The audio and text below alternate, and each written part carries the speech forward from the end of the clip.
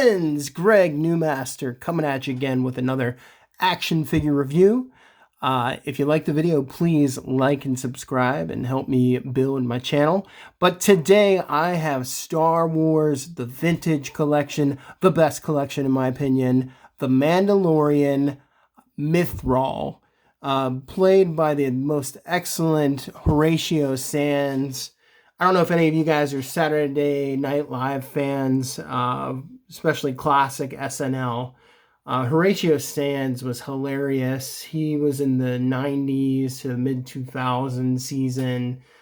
Sort of took on that Chris Farley role as the bigger guy, but he was just so funny, just hilarious with in the time period of Will Ferrell and Sherry O'Terry, Chris Kattan, all those awesome people. So anyhow, I love Horatio Sands. He was in the very first episode of The Mandalorian.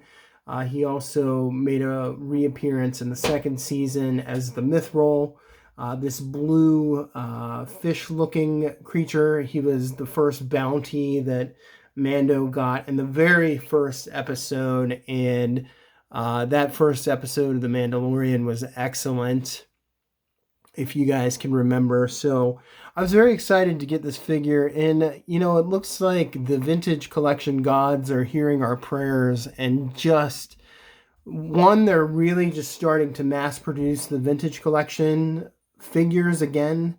Hasbro has heard the fans, and they seem to just be producing new characters all the time, which is so good because they were focused on the 6-inch scaled figures for a very long time. And it's just very exciting that finally we're getting these new figures at the 3 3/4 inch scale, and which Star Wars figures have traditionally always been, because they sync well with vehicles of that scale. And the articulation is top notch. I'm so excited looking at this figure because he has great hip joints. The hip joints have been terrible for the vintage collection for so long, and now they're doing the T-joints just like G.I. Joe's, which are excellent. There's just so many points of articulation. The paint and the photorealistic printing is just so awesome now. The figures look perfect. What a time to be alive. What a time to be a collector. What a time to be a Star Wars vintage collection collector. So this is very exciting. I was very happy to get this figure. I love The Mandalorian. It's reinvigorated Star Wars for me, and I don't know about you guys. So let's crack this guy open and get a good look at him. Just beautiful paint job. Really nice looking card. Looks like they're improving on the cards too, because this image looks HD, where typically the images are sort of blurry and out of focus, but this looks really good. So for those of you who really like the card, there is the front of the card. Mine has a little bit of a bend on the corner, but I don't care because I open my figures anyhow. This is Vintage Collection 225. In the series, there's Lobot, Queel, Bib Fortuna, the Mythrol, IG-11, Rebel Soldier, Bo-Katan, Lando. I've already done a review on Bo-Katan and Queel. And IG-11, I'm waiting for Lobot, and I am waiting for Bib Fortuna. I'm not going to get the Rebel Soldier. I don't want that one, and I don't think I'm going to get Lando either, because I like General Lando better than Empire Strikes Back Lando. So anyhow, if you want to see those reviews, go and check them out on my channel, and let's bust this guy open because he looks fantastic. I'm really digging the accessories that come with this guy too.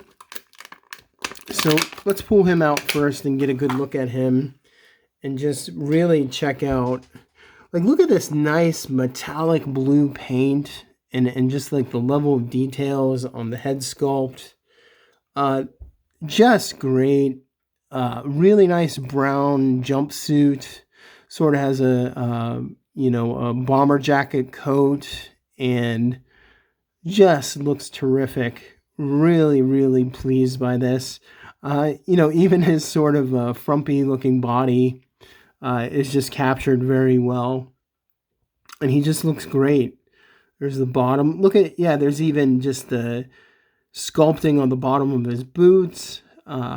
Very nice. Very nice. Let's go over the articulation, which just excites me. I don't know about all of you, but the fact that they're just putting so much detail and articulation. Oh, look at, yeah, just look at the little patch on the side of his jacket there.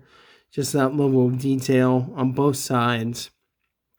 The articulation is just so exciting. So let's see, the head. Oh, okay. So the head, you know, left and right, there's not, it is on a ball joint. I imagine it's on the double ball joint, which it normally is. Yeah, it is. He just has such a big head and a big neck that there's not too much movement. So you can sort of get him up that high, you can get him down a little bit, but you're not going to get much in the head articulation. Shoulders go up about that high.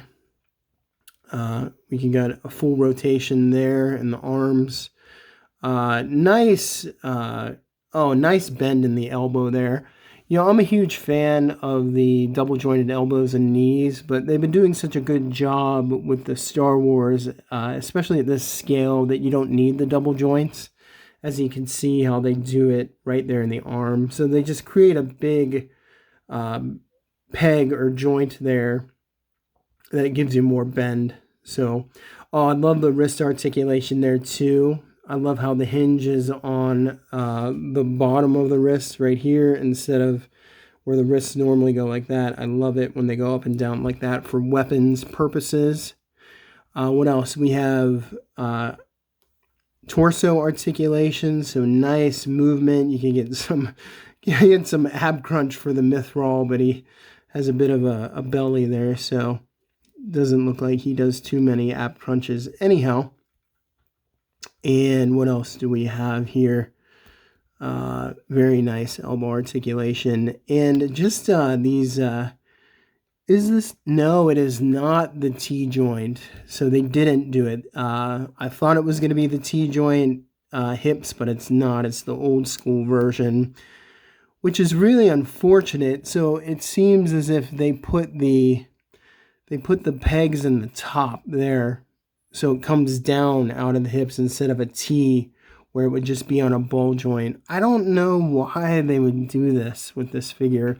They, for instance, they did it with Bo-Katan, and as you can see with Bo-Katan, she has the T joint, which is just like the classic G.I. Joes, and it's, to me, it's the best kind of hip joint. It looks good, it moves good, but sometimes they put the joints in the top and it really just gives a weird sense of articulation that I'm just not pleased with. So I was excited at first, but now that I've seen it, I'm kind of disappointed that they went back to that. That's the kind of joint that Mando and Boba Fett have as well. It's real stiff on this guy too. So that is unfortunate. The knee joint, so he has a thigh cut, so there's articulation there.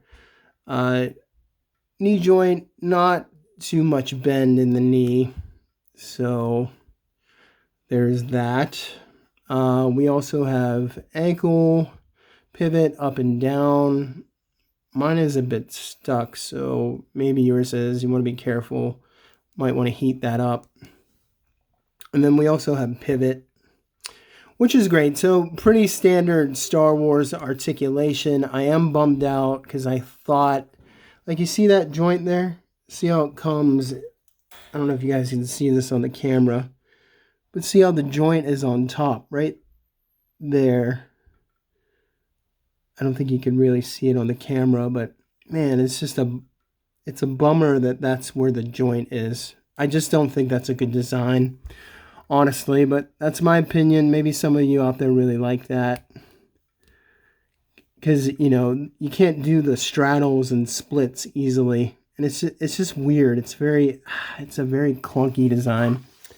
Anyhow, not going to complain. It is what it is, but I mean, the figure looks great. I'm not going to lie. So I'm going to put him right here for the moment, and let's get a look at the accessories, which is nice because he comes with some cool accessories. And with the Razor Crest coming out soon, you could add this to your Mando collection, accessory collection. So we get the hologram that Mando has, that's just sweet. I love that. So you get that really nice hologram for the bounty, and then you get a this is some sort of a tool.